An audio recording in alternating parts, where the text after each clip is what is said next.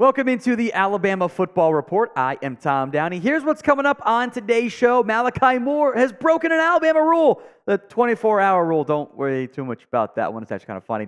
We will also have some college football playoff rankings discussions with the new rankings coming out tonight and the chance for actual change this time around. Before that, we are 200 subs away from 10.5K. If you want more free Alabama football videos, hit that sub button right now, youtube.com/@RollTideTV. Now, Malachi Moore admitted he broke the 24-hour rule for the Iron Bowl. If you don't know what the 24-hour rule is, it's that you get 24 hours to celebrate for a normal game.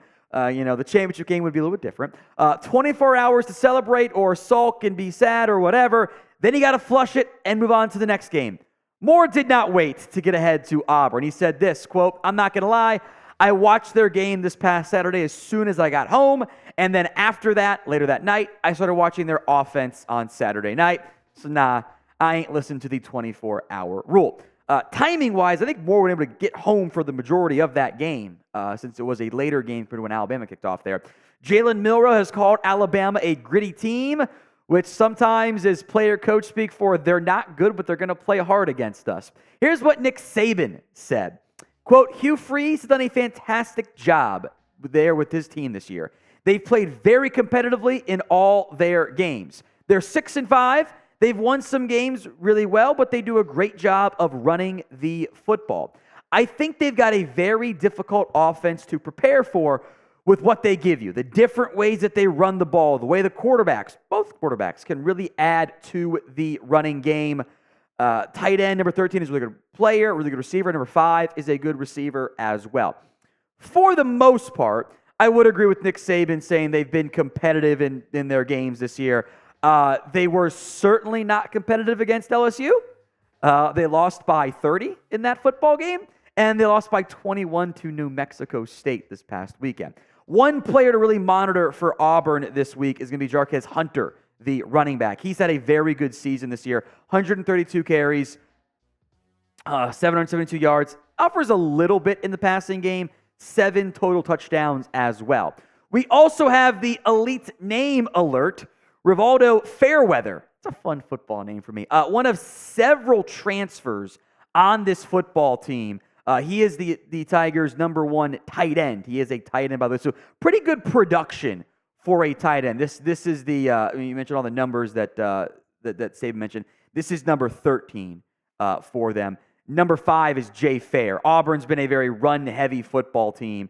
Peyton Thorne's running 100 times this year. Robbie Ashford offers some ability on the ground as well. Brian Beatty's run it some too. Fairweather's the one to monitor. Again, everything in this game says Bama should win by 3 scores. Everything about it. But it's a rivalry game, which means they probably won't. So what is your confidence level in beating Auburn? Scale it for me from 1 to 10 in the comment section. 1 the low, 10 the high. Go vote, especially if the ad comes here on YouTube. And kind of a cool twist for the Crimson Tide, the 2020 class has a chance to go 4-0 against Auburn in their time, unless they transferred in or out or, stayed the extra 5th year. But they have a chance to go 4-0. Here's what's happened in the last 3 Iron Bowls. A 42-13 win back in 2020, a thrilling 24-22 win in 4 overtimes in 2021, and then a blowout win last year when Auburn was a mess. They fired their coach. It was just kind of, that was a different game than most of them. 2020 kind of an exception year as well. When the coaches are all stabilized, it's a little bit better from that perspective. Here's what Malachi Moore said again about beating Auburn.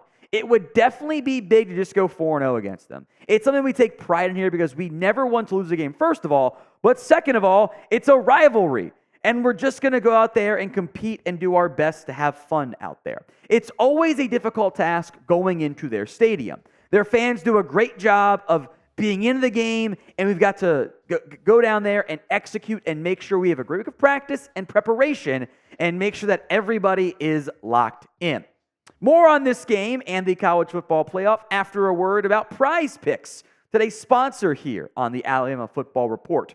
I like Prize Picks. It's simple, it's easy, it's fast. It's the best way to play daily fantasy sports. It's you against the numbers. You're not battling thousands of players and trying to get the top 2% to make any money. And it's just you pick 2 to 6 player stat projections, more than, less than, and then you let the potential winnings roll in. You can mix and match NFL, college football, NFL, NBA as well. The CFB stat projections don't come out till later in the week, so got to be patient there. I have a special Thanksgiving Day Prize Picks slate, trying to get back on the hot streak here. Brian Robinson, give me more than 41.5 rushing yards against a shaky Cowboys run defense. Jordan Love, more than passing yards against a shaky Lions pass defense.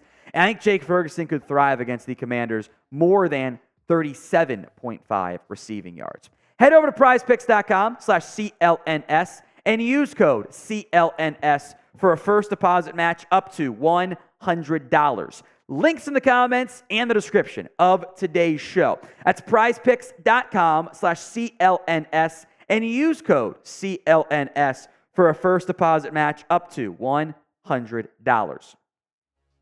Malachi Moore has been a very stabilizing presence, maybe I'll call it, in the back end there for Alabama.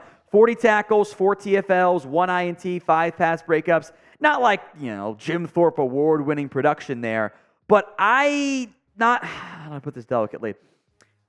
I don't think Auburn has good quarterback play. Peyton Thorne's been better this year than he was at Michigan State. He's still got a 2-to-1 touchdown to interception ratio. Robbie Ashford can run. He's not a good thrower of the football. This should be a game in which the Bama defense gets after Auburn. So will Alabama force a turnover, get a takeaway against the Tigers? Y for yes, N for no. Sound off for me in the comment section right now. Let's go back to what Jalen Milroe said. Said it would be a gritty game. I do think that will be accurate. It's a rivalry game. Auburn is playing for, this is all Auburn has to play for this year. Yeah, there's a bowl game. Okay, this is their championship game. They win this, the season is a success for Auburn. Like, Hugh Freeze beats Bama in his first year. That's huge for them. Bama, meanwhile, has not played a full game this year. They were kind of close against Kentucky to a certain extent. It's also college football. You don't always get to play a full game against opponents that matter. It would be nice to have one of those this week. Here's what Jalen Milroe said. We talk about 4 quarters. Talk about the fourth quarter program. Talk about mental toughness. Talk about willingness to compete. Talk about grit. It all goes into that game. There's many areas where you can see how evident that was. Seeing football in different lenses my freshman year, that's what I saw. It's all about the 2021 comeback, by the way. We talk about naysayers. Talk about people that doubt Alabama as a team. By the way, Saban's playing the no one believes in us card. That's what he did. He did it. That was an opportunity for us to sustain throughout a game and then push through all external factors. There are the Lank Bros, if you pardon our little pun there. Well, not our puns. Jalen Milroe and Terran Arnold. Let all naysayers know. Milroe and Arnold coined the phrase after the Texas game.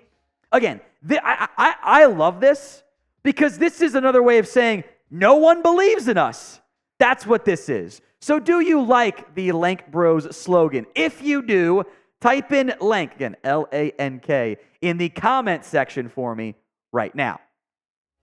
We'll wrap up today's show with some discussion on the college football playoff and if Alabama will potentially be left out of the CFP. I will say this, though. A win over what would be number 1 Georgia would be the best win in college football. Georgia could still be a top 14 depending on what else happens from that perspective. But does this committee have the courage, the cojones, if you will, to put Bama in with a win depending on what else happens? Bama's had a great season this year. If I had told you at the beginning of the year, Bama wins the SEC and only loses to Texas, you said, okay, I'll take that. It's a good year. They've had 16 straight 10-win seasons. That's Auburn. Or that's awesome. That's more than Auburn has in program history, tying it back into the Iron Bowl. But there is still uncertainty about the college football playoff. Is the Pac-12 champion going to be undefeated Washington? The Big Ten champ's going to get in, assuming it's Michigan, Ohio State. I still think the SEC champion gets in, but that would leave potentially 1 loss Texas, undefeated Washington, or 1 loss Oregon. and potentially undefeated FSU, but would the committee shaft the Seminoles because they lost Jordan Travis? I don't know. The way the year has gone is one that we should be happy about, although fair or not, and it does lean a little bit more towards fair. It's championship or bust every season at Alabama. They've taken care of what they could control so far. Have to beat Auburn and have to upset Georgia still to make that happen. So will Bama make it into the college football playoff? A for yes, they will. B for no, they will not. Sound off in the comments section.